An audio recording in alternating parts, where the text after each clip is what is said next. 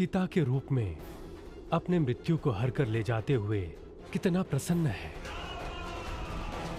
हमारी रक्षा का उत्तरदायित्व उन पर है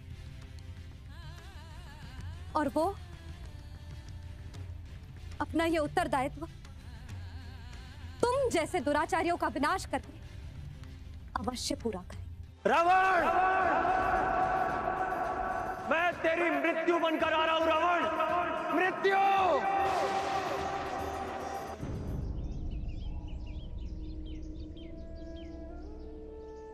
आज ऐसा लग रहा है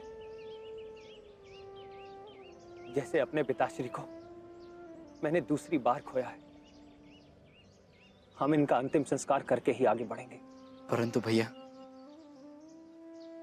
7 नदियों का पवित्र पानी हम कहां से लाएंगे? ताज जटायु के लिए नदियों का जल यहीं आएगा। उन 7 नदियों को ताज जटायु के लिए यहीं प्रकट होना होगा। कैसे?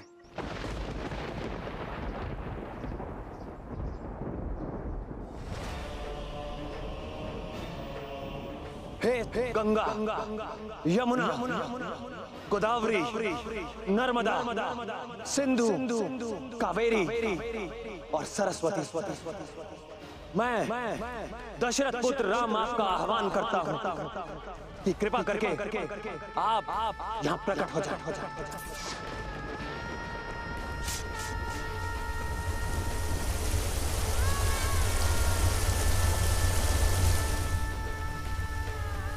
भैया, सरस्वती नदी ने आपकी आज्ञा का पालन नहीं किया है।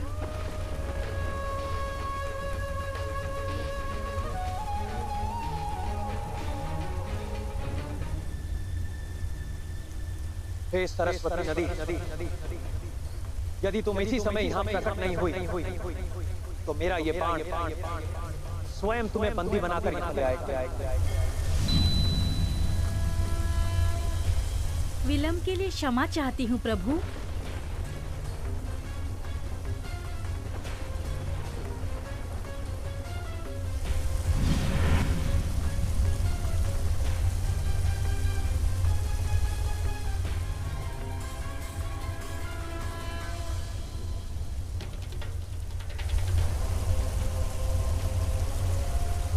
चलिए भैया, हम दक्षिण दिशा की ओर चलते हैं, रावण की खोज करने।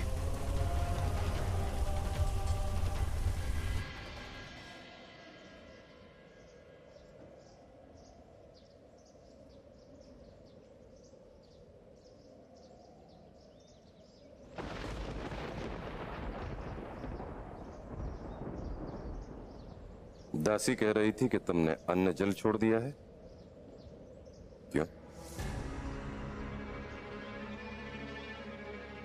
जिस प्रदेश में हम हैं वो एक पाप से भरा प्रदेश है और इस पाप की धरती पर उगा हुआ कुछ भी ग्रहण नहीं करेंगे हम। तुम्हें तो प्रसन्नता होनी चाहिए। तुम संसार के श्रेष्ठतम, शक्तिशाली, पराक्रमी, बलशाली, त्रिलोक विजेता रावण की वाटिका में हो।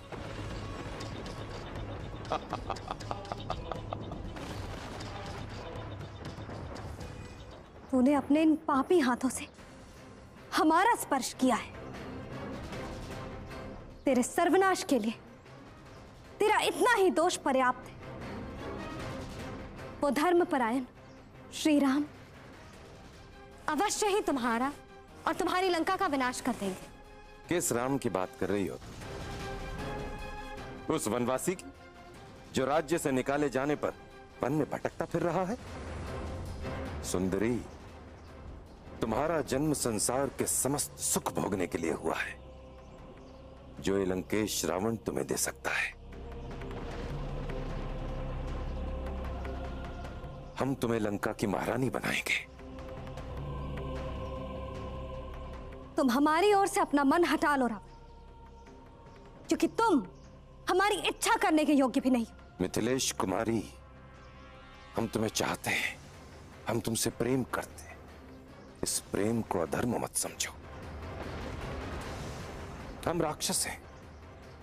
पराई स्त्रियों से प्रेम करना, बलपूर्वक उन्हें हर ले आना, यह तो राक्षसों का धर्म रहा है।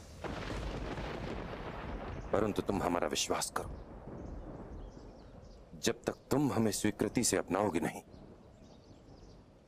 हम तुम्हारा स्पर्श नहीं करेंगे। हे चंद्रमुखी, तुम स्त्रियों में रत्न हो, अद्वितीय हो। हमें तो ऐसा लगता है कि रूप की रचना करने वाला विधाता तुम जैसे रत्न को बनाकर रचना करना ही भूल गया। इसीलिए तुम जैसी कोई दूसरी स्त्री इस धरातल पर है ही नहीं। तुम्हारी ये प्रशंसा और विनम्रता तुम्हारे दुष्कर्मों पर पर्दा नहीं डाल सकती। इस समय जो तुम कह रहे हो वो तुम्हारा मन नहीं, तुम्हारी विलासिता तुमसे कहलवा रही। तुम अपने ऐश्वर्य और धन से हमें नहीं लुभा सकते। जो स्त्री ऐश्वर्य, शक्ति और संपत्ति के मोह में आकर अपना पतिव्रत धर्म भूल जाती है, उससे बड़ा अधर्म और कोई नहीं हो सकता। हमारे लिए वो वनवासी तीनों लोक के संपत्ति से अधिक मूल्यवान है। उस महान पुरुष के सामने हमें तुम कायर, तुच्छ गीदड़ के समान दिखाई देते हो, जो चोरों की भांति आकर एक अबला और असहाय नारी को छल से उठाकर ले जाता है। धिक्कार है तुम पर, तुम्हारी माता पर, तुम्हारे पूर्वज पर, तुम्हारे पूरे कुल पर धिक्कार है। एक बार नहीं, सहस्त्र बार धिक्कार है। सीता!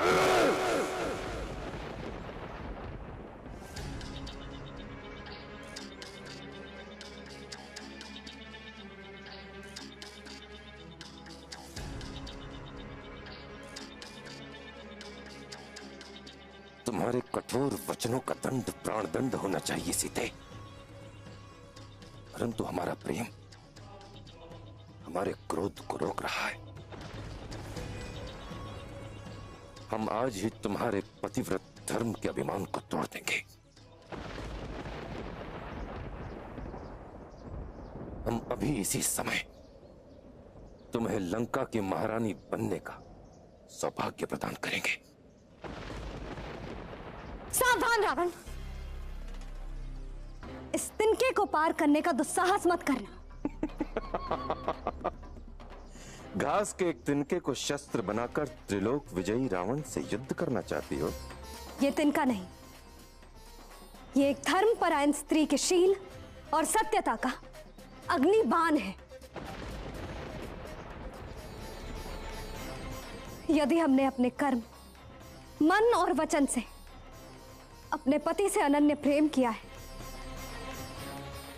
तो हे नारी धर्म की मानव मूर्ति माता अनुसुईया, इस तिनके को पार करते ही ये मानव भस्म हो जाए।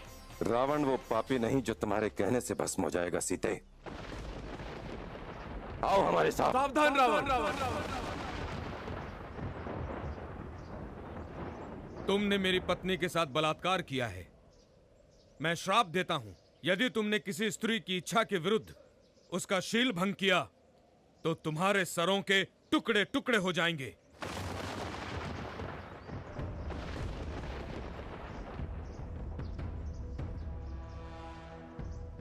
हम तुमसे प्रेम करते हैं सीते, इसलिए बलपूर्वक हम तुम्हें अपना नहीं बनाना चाहते। हम तुम्हें छोड़ देते हैं, परंतु केवल 1 वर्ष के लिए। 1 वर्ष के भीतर भीतर तुम अपनी स्वीकृति से हमारे अंतःपुर में आ जाना।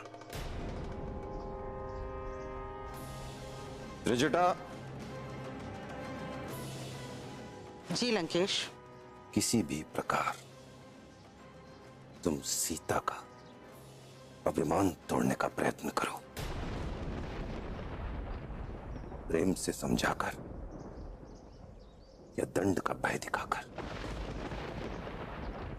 हर प्रकार से इसे वश में लाने की चेष्टा करो।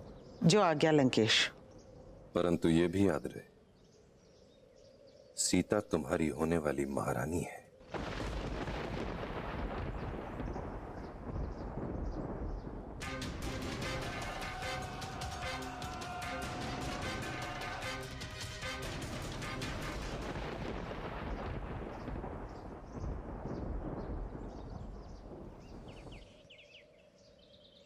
भैया, ये वन अति भयंकर लग रहा है। दूर दूर तक किसी मनुष्य के आने जाने का संकेत तक नहीं। भैया मैं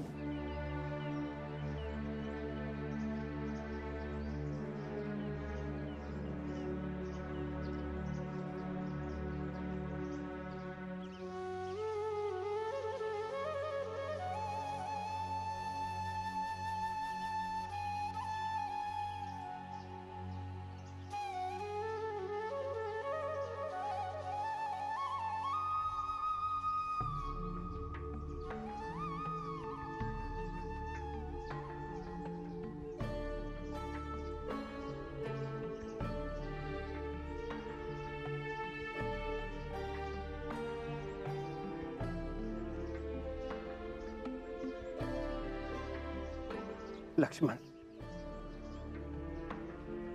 सीता को ये मयूर पंख बहुत प्रिय है, बहुत प्रिय है। भैया मैं जल लेकर आता हूं।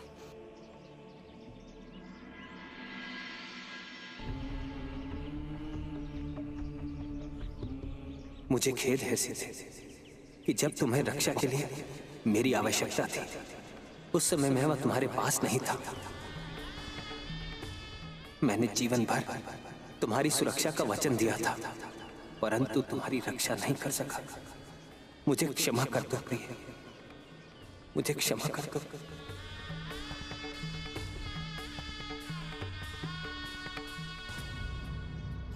नहीं स्वामी, दोष हमारा था। हमने आपकी अवज्ञा की। जो सीमाएं आपने हमारे लिए बांधी थी, हमें उनसे बाहर नहीं जाना चाहिए था। अब हम प्रतीक्षा कर रहे हैं कि आप शीघ्र, अति शीघ्र आए और हमें यहाँ से ले जाए। मैं आ रहा हूँ प्रिय, आ रहा हूँ मैं। हम अंत काल तक आपकी प्रतीक्षा करेंगे। सीता को ढूंढते ढूंढते मेरी आंखें थक गई हैं, परंतु मैं नहीं थका।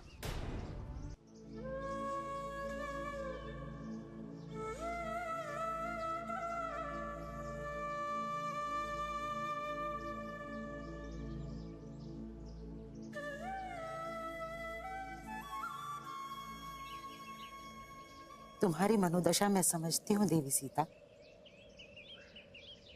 लेकिन समय सदा एक सा नहीं रहता। तुम फिर से अपना खोया हुआ मान, आदर, खोई हुई प्रतिष्ठा और अपने बिछड़े हुए पति को पाकर अपार सुख और ऐश्वर्य प्राप्त कर लोगी। तुम सोच रही होगी, राक्षस कुल की होकर भी मैं तुमसे ऐसी बातें करके कहीं छल तो नहीं कर रही। इस त्रिजटा को तुम अपनी मित्र समझो सीता, क्योंकि तुम्हारी पति भक्ति देखकर मैं तुम्हारी भक्त बन गई हूं। मुझे पता है, तुम जब से यहां आई हो तुमने कुछ नहीं खाया।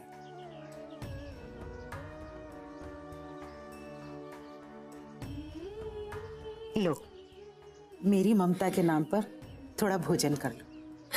नहीं, हमें नहीं खाना। जीवित रहना है या नहीं? अपने पति का स्वागत करना है या नहीं? दिल में अपने पति को फिर से पाने का विश्वास है या नहीं? है, पूर्ण विश्वास है। एक वही तो है जिन पर हम तो क्या, ये सारा संसार विश्वास करता है। तो फिर भूखे रहकर क्यों अपने प्राण देना चाहती हो? तनिक सोचो, यदि श्री राम आकर रावण को पराजित करेंगे तो वो किसके लिए?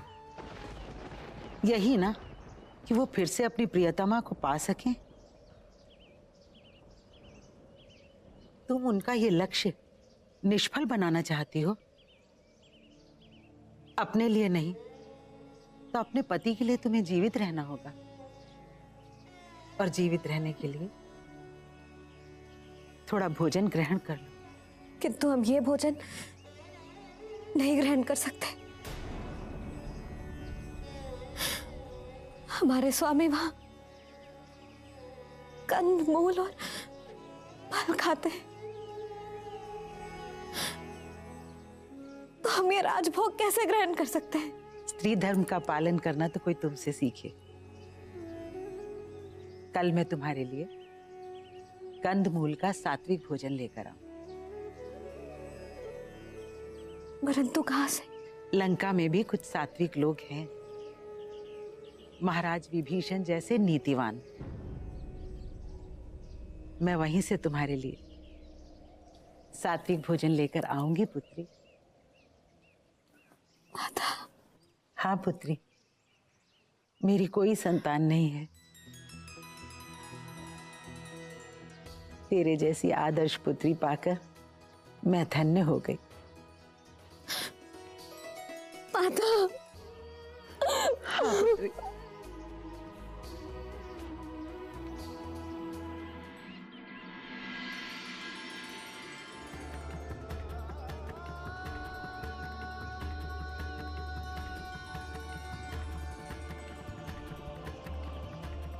भैया थोड़ी देर विश्राम कर लें, आप थक गए होंगे ना। लक्ष्मण, सीता को ढूंढते ढूंढते मेरी आंखें थक गई हैं, परंतु मैं नहीं थका। सीता, थोड़ा भोजन कर लो। अन्याय और अधर्म का विरोध करने के लिए शरीर में शक्ति की परम आवश्यकता होती है सीता। तुम नहीं जानते लक्ष्मण, सीता को मुझ पर पूर्ण विश्वास है। वो मुझे अपना परमेश्वर मानती है, अपने प्राणों से भी अधिक प्रेम करती है वो मुझसे। लंका में आने के बाद अभी तक तुमने कुछ भी ग्रहण नहीं किया है। तुम श्री राम की प्रतीक्षा कर रही हो ना, तो फिर प्रतीक्षा करने के लिए आंखों में प्राण तो होने चाहिए ना। लक्ष्मण, मुझे सीता के विश्वास पर खरा उतरना होगा। जब तक सीता का कोई संकेत नहीं मिल जाता, मैं चलता रहूंगा, चलता रहूंगा।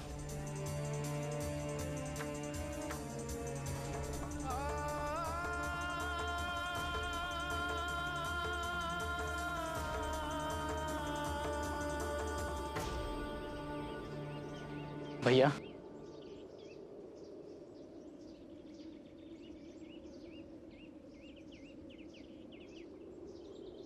मुझे क्षमा कर दीजिए भैया, मैं आपको दुख नहीं देना चाहता था, परंतु भैया आपने कुछ खाया तक नहीं है। मैं आपके लिए कुछ फल लेकर आता हूं। नहीं लक्ष्मण, सीता ने भी कुछ नहीं खाया होगा। वो सदा मेरे भोजन करने के पश्चात ही भोजन करती है। इसीलिए भैया, इसीलिए आपको कुछ तो खाना होगा ताकि सीता भाभी कुछ खा सके। तो मेरी पुत्री की तरह हो, इस मां का कहा मानो और थोड़ा सा भोजन ग्रहण कर लो। माता, हम इस पाप की नगरी लंका का जल भी ग्रहण नहीं करेंगे। हमारे पति आएंगे और हमें जिस दशा में देखेंगे यहां से ले जाएंगे, ले जाएंगे।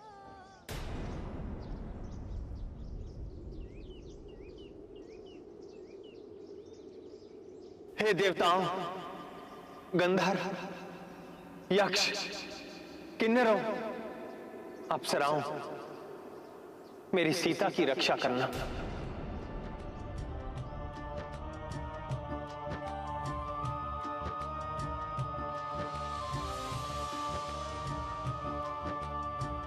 अन्न जल त्यागते देख सिया को, ब्रह्मा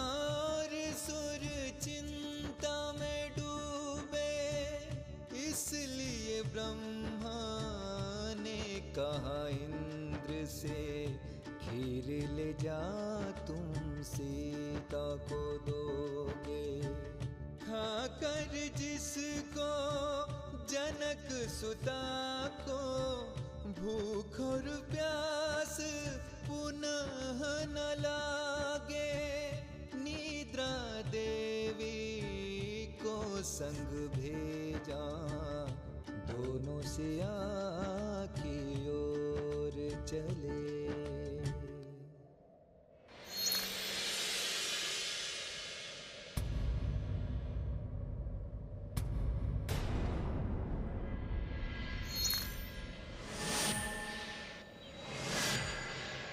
हे देवी, आपका कल्याण हो।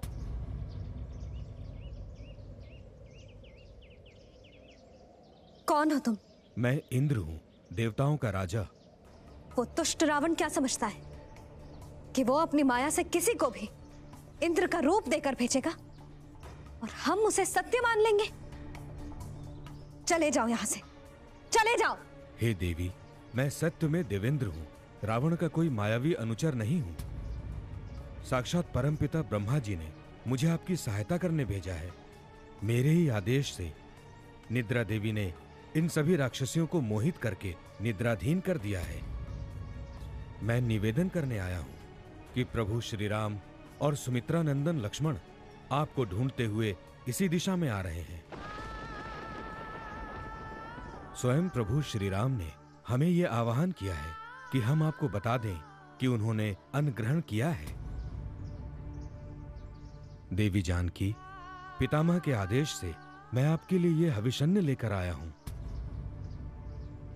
इसे आपने ग्रहण किया तो फिर कभी आपको भूख प्यास नहीं लगेगी। कृपया इसे स्वीकार कीजिए।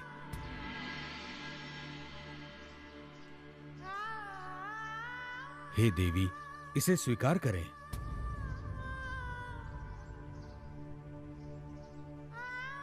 परंतु हम कैसे मान लें कि आप ही देवेंद्र हैं?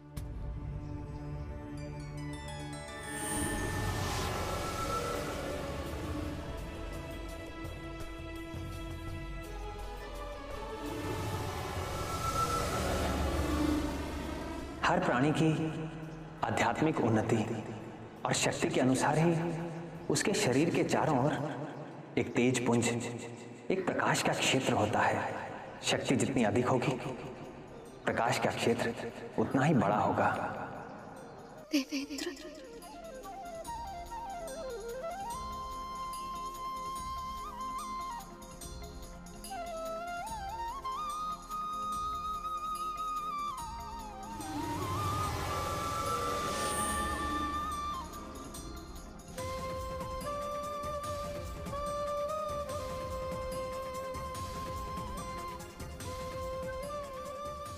हम सर्वप्रथम ये पायस अपने पति श्री राम को अर्पण करते।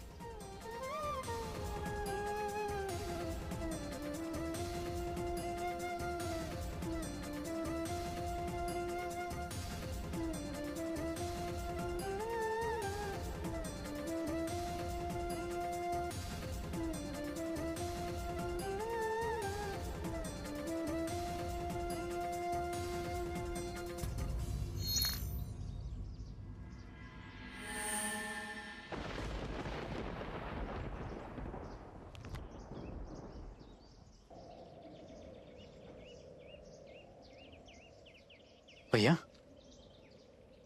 ऐसा प्रतीत हो रहा है कि राक्षसों के आतंक के कारण ये वन निर्मनुष्य और जीव रहित हुआ है। ऐसा लग रहा है कि यहां कोई जीवन ही नहीं है।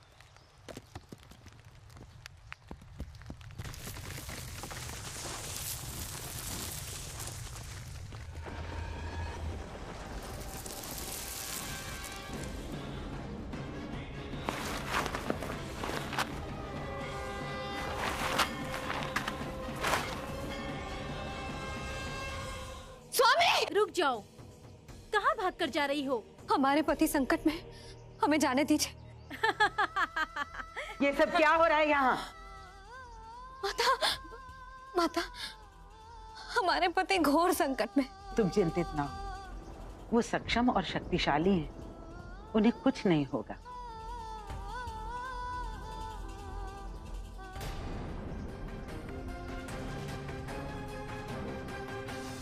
भैया, इससे पहले कि हम दोनों इसका भोजन हो जाए, इससे अच्छा है कि आप मेरी बलि से चढ़ा दें और सीता भाभी की खोज में निकल जाए। यदि बलि ही चढ़नी है तो इस राक्षस की चढ़ेगी।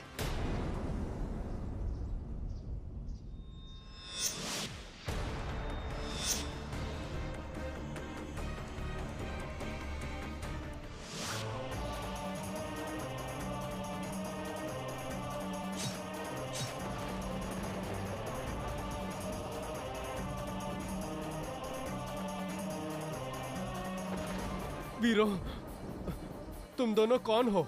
ये इक्ष्वाकु वंशज महाराज दशरथ के पुत्र श्री राम हैं और मैं इनका अनुज लक्ष्मण। मेरी ये दोनों भुजाएं मेरे लिए भारी बंधन थी।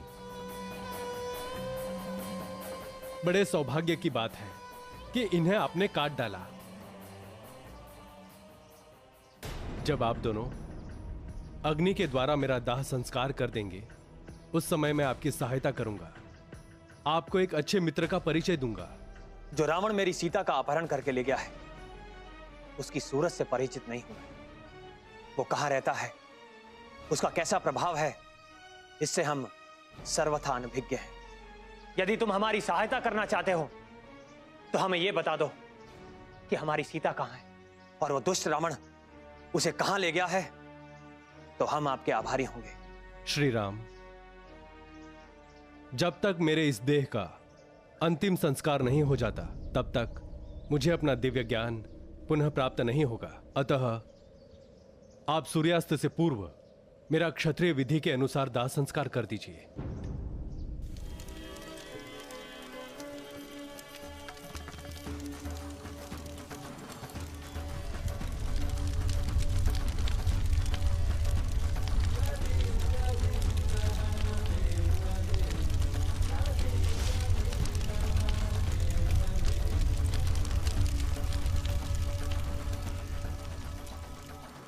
मैं आपको एक ऐसे पुरुष का परिचय दे रहा हूं जिसकी सहायता के बिना आप अपने मनोरथ में सफल नहीं हो सकते। उस पुरुष का नाम सुग्रीव है। वे जाति के वानर हैं,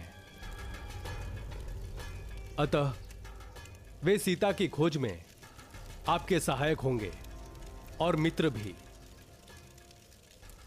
परंतु हम सुग्रीव तक पहुंचेंगे कैसे? यहां से पश्चिम दिशा में दूर दूर तक फूलों से लदे हुए मनोरम वृक्ष आपको दिखेंगे। इस प्रकार आप एक पहाड़ से दूसरे पहाड़ और एक वन से दूसरे वन में होते हुए पंपा नामक पुष्करणी के तट पर पहुंच जाएंगे।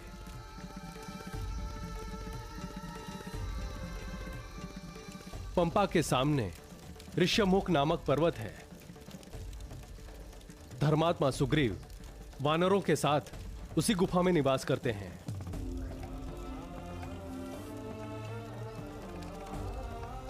अब तुम परम धाम को जाओ।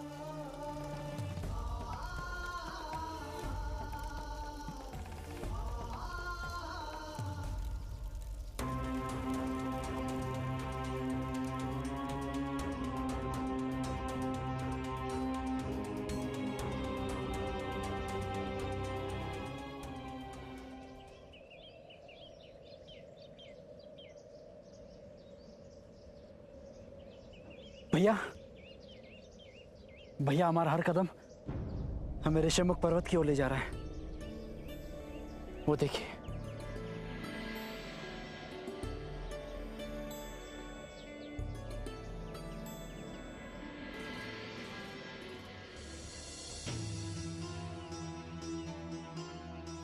भैया, कबीर ने उचित ही कहा था। वो देखिए, पंपा सरोवर।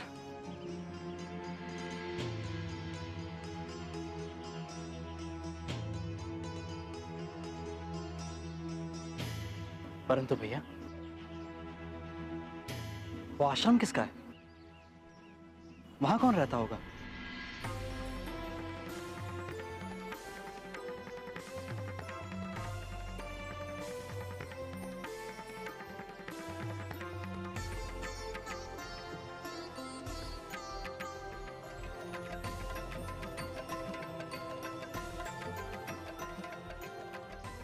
मेरे प्रभु श्री राम अवश्य आएंगे।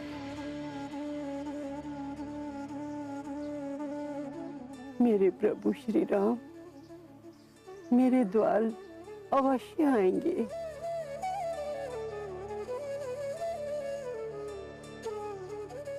देखो, ये तो आज भी फूल बिछा रही है। क्यों महात्मन, कौन है ये और किसके लिए फूल बिछा रही है? अपने प्रभु श्री राम के लिए।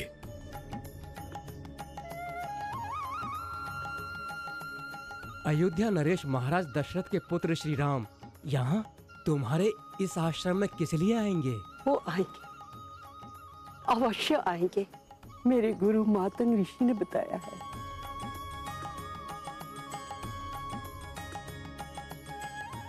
मेरे प्रभु श्री राम, उनके कोमल चरणों में कहीं कोई कांटा या कंकर न लग जाए, इसीलिए फूल बिछा रही हूँ। वो आएंगे, अवश्य आएंगे। और परसों भी बिछाए थे? हाँ, बिछाए थे। और कल फिर ये शबरी अपने प्रभु श्री राम के लिए ऐसे ही फूल बिछाएगी।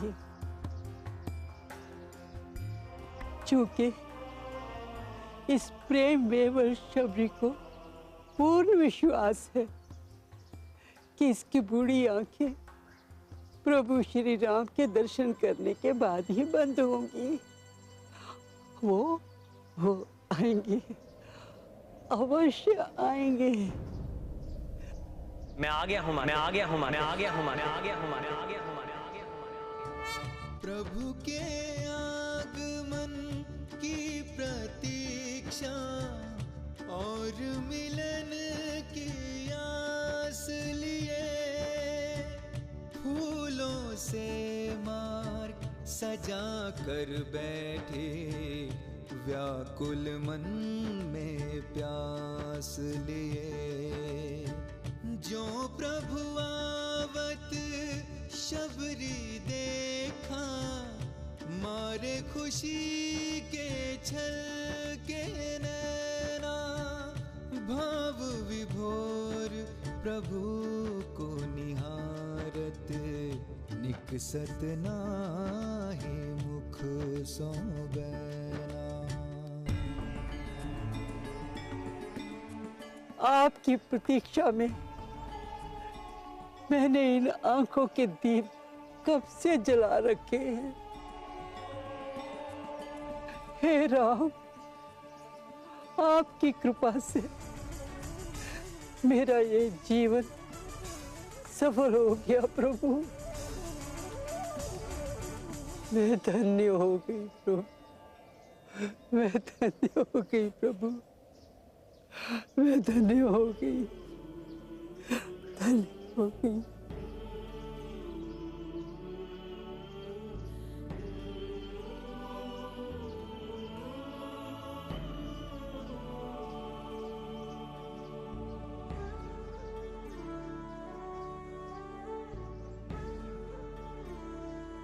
आपके चरण कमलों से मेरी ये कुटिया पवित्र हो जाएगी। पधारिए प्रभु, पधारिए।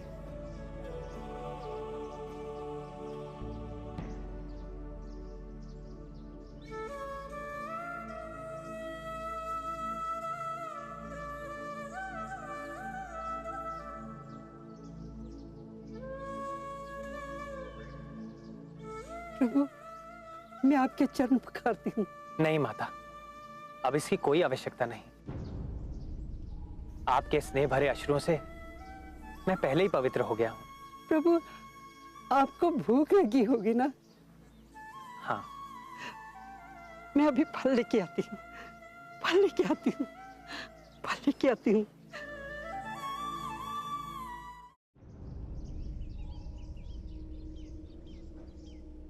प्रभु, कई वर्षों से प्रतिदिन ये मीठे मीठे बेर आपके लिए चुनकर लाती हूँ।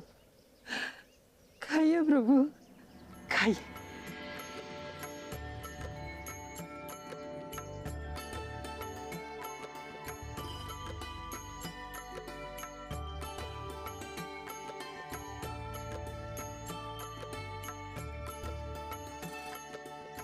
भैया,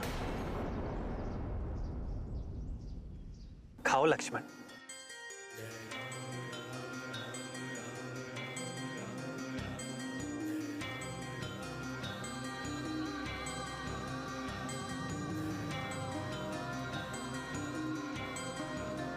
खाओ लक्ष्मण। जय जय श्री राम, राम राम जय जय श्री राम, राम श्री राम, राम जय जय श्री राम, राम राम जय जय श्री राम।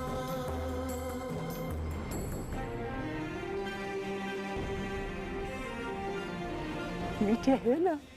इनकी प्रशंसा के लिए मेरे पास शब्द ही नहीं। वर्षों के बाद ऐसा लग रहा है जैसे माता कौशल्या अपने हाथों से खिला रही हूं।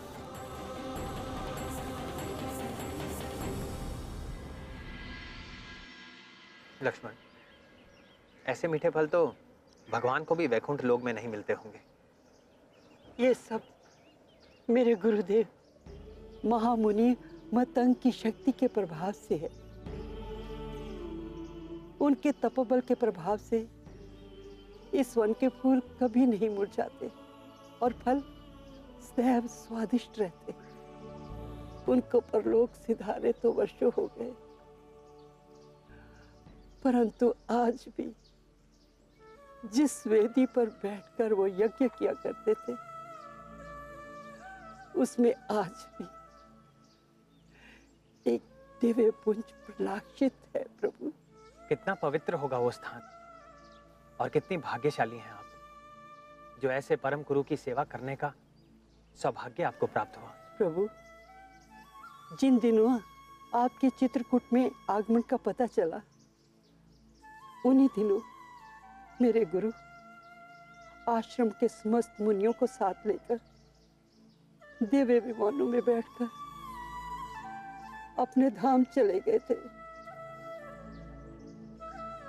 और मुझ में भक्ति भाव की प्रधानता देखते हुए मुझे इस कुटिया में रहने का आदेश दिया और कहा कि एक दिन प्रभु श्री राम अपने अनुज लक्ष्मण के साथ इस आश्रम में आएंगे। बस उनके दर्शन मात्र से ही तुम अपनी भक्ति का फल पाओगी और उसके पश्चात तुम हमारे पास आ जाना। तो क्या उन्हें हमारे आगमन का ज्ञान पहले से ही था? हाँ प्रभु, उन्होंने कहा था कि एक दिन प्रभु श्री राम अपनी भार्या के खोज में यहाँ आएंगे और तुम उन्हें महाबली सुग्रीव तक का मार्ग बताओगे और उन्हें ये भी कहना कि महाबली सुग्रीव के साथ मित्रता करके वो रावण पर अवश्य विजय प्राप्त करेंगे।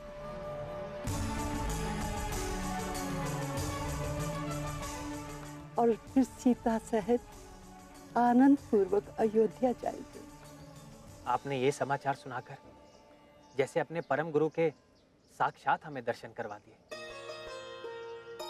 अब कृपा करके हमें ये बताएं कि हम महाबली सुग्रीव तक कैसे पहुंचे? यहाँ से आगे जाकर एक पंपासुर नाम का सरोवर आएगा। उसके दक्षिणी तट की ओर ऋषिमुख और मालदरी नाम की 2 पर्वत शिखाएं दिखाई देंगी। बस उसी में महाबली सुग्रीव अपने 4 मंत्रियों सहित रहते हैं। जिनमें हनुमान नाम का आपका एक चिर परिचित भक्त भी है।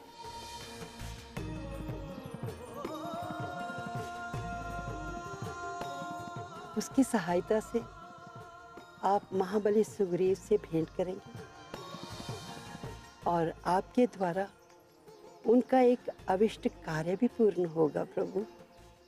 माता, आपके इस आश्वासन को हम आपका आशीर्वाद मानते हैं। अब आप यदि कृपा करके हमें उस स्थान के दर्शन करा दें जहां आपके परम पूज्य गुरु तपस्या करते रहे। अवश्य प्रभु, अवश्य।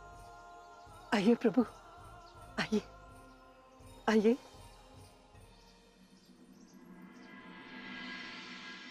आइए प्रभु, आइए प्रभु, आइए।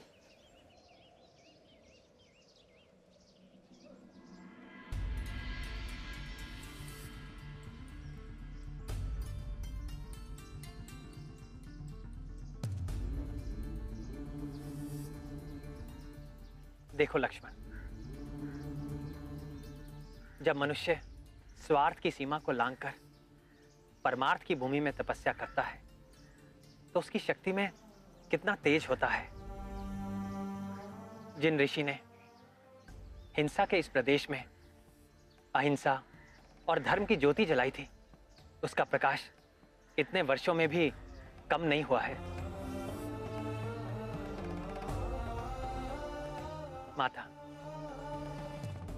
अब हमें जाने की आज्ञा दीजिए माता।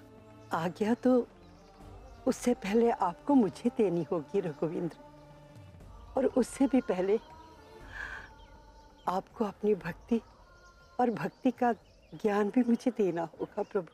माता, मैंने अपने गुरुजनों से नवदा भक्ति की जो महिमा सुनी है उसे मैं आपको हृदय से सुनाता हूं, और आप भी उसे हृदय से धारण कीजिए।